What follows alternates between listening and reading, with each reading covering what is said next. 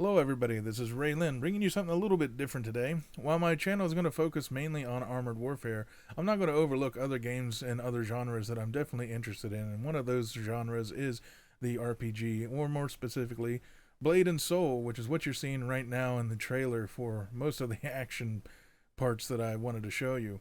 It's actually being released by NCSoft, and it in fact is coming out on January 19th to Europe and North America. So if you are interested in playing this and getting your hands on this game, you only have to wait till the 19th.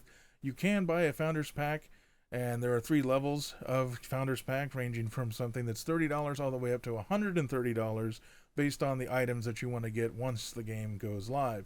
You also get some head start in there, and so if you're interested in that, you might want to go to the website, Blade and Soul, and see about picking up a Founder Pack. Blade and Soul has actually been around for a while in Korea.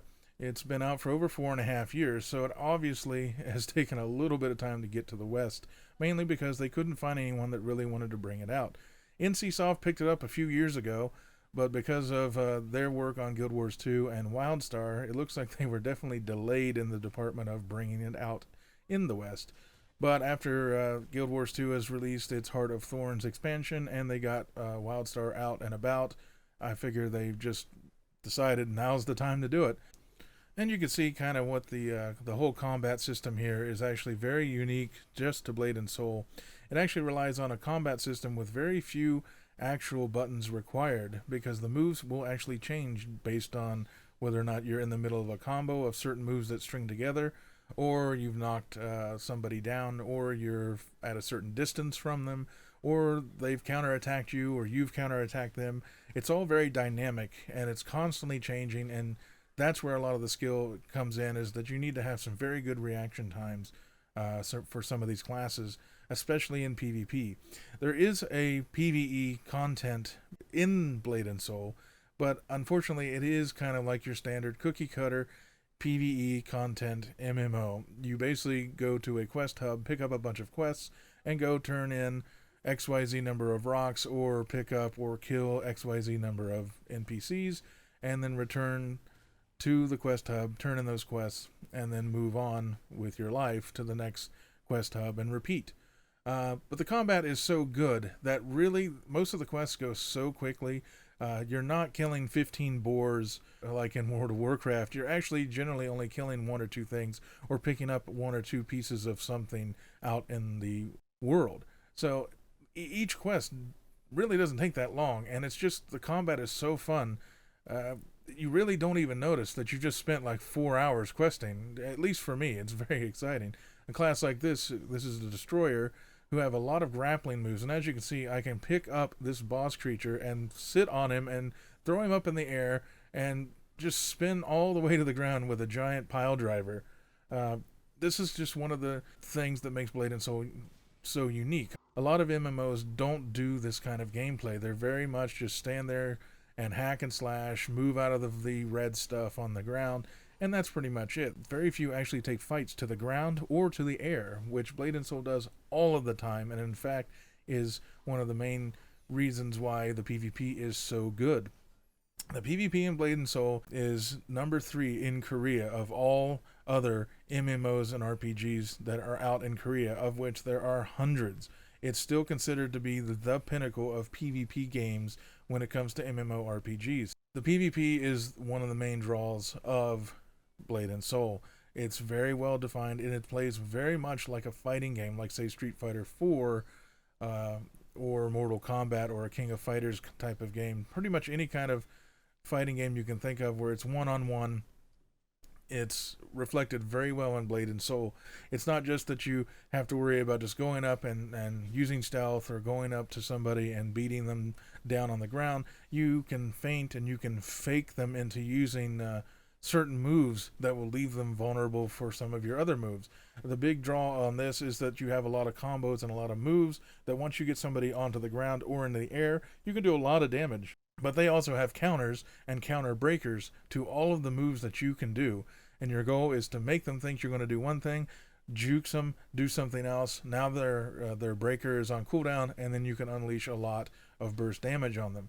Some of these classes are very good at setting you up to get killed and you have to really play very tactful. The PvE, even though it is standard leveling quest hub, the end game actually has a lot of raids and instances you can do. So if you are a PvEer, there are still plenty of things to do. You just have to keep in mind that Blade and Soul is first and foremost a PvP in-game MMO.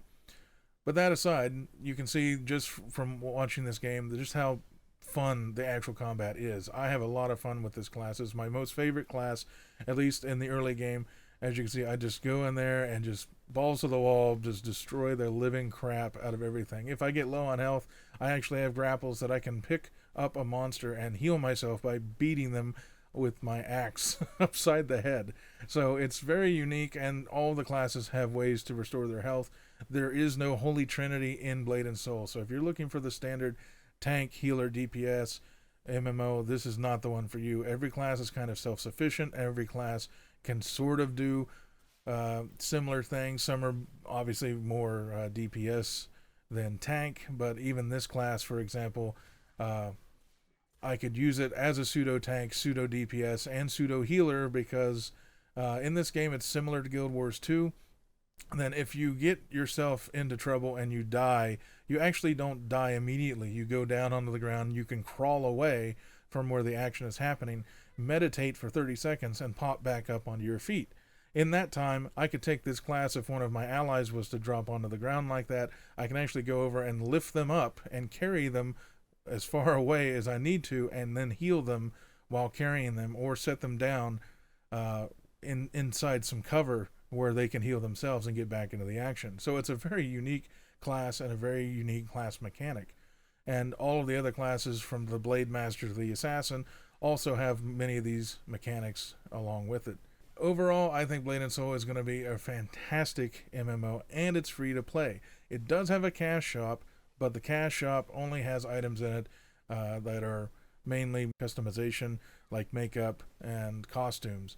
You can see one of the costumes I'm wearing right now. You actually get early on in the game from a boss. If you fight them enough, you can win this costume from a little mini boss. That's part of a quest. And everyone's usually around to help when you're doing this stuff. So the questing is very, very easy. And even if you're doing the instances, it's very easy to find a group, because there's an automatic group finder. And since you don't have to wait on a particular class to form the group, you're going to go right in. So overall, I think Blade and Soul is very good. It's free to play, like I said, so there's no reason that everybody shouldn't at least give it a shot, especially if they're just in the mood to play something different, play something new, as the combat system is the biggest strength of Blade and Soul. Yes, you can run on water. You dash, you air dash, you can run on water while dashing. It's just overall just all these little touches. I don't point it out here, but there are actually little birds that fly around here and sit up on those buildings, and they're actually fully modeled birds. They have feathers and wings and beaks and eyes, and they watch you and they follow you. The detail is still, to this day, very incredible.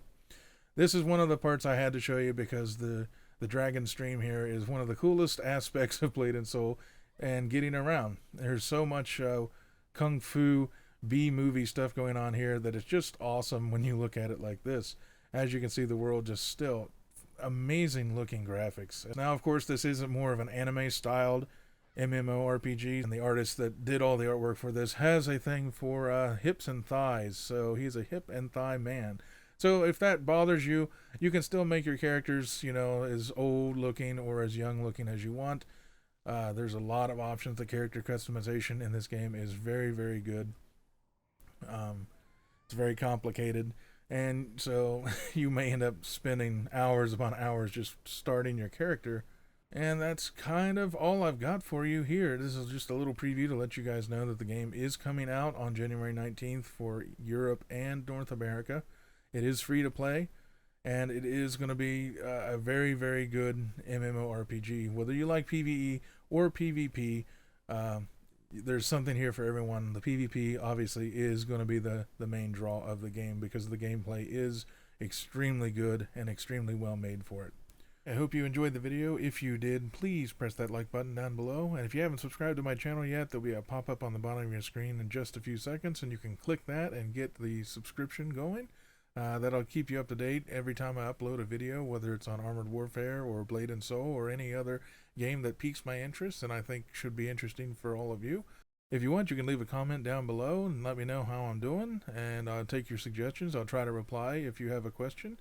And that's all I have for this video, guys. I hope you enjoyed it. Take care, and I'll talk to you next time.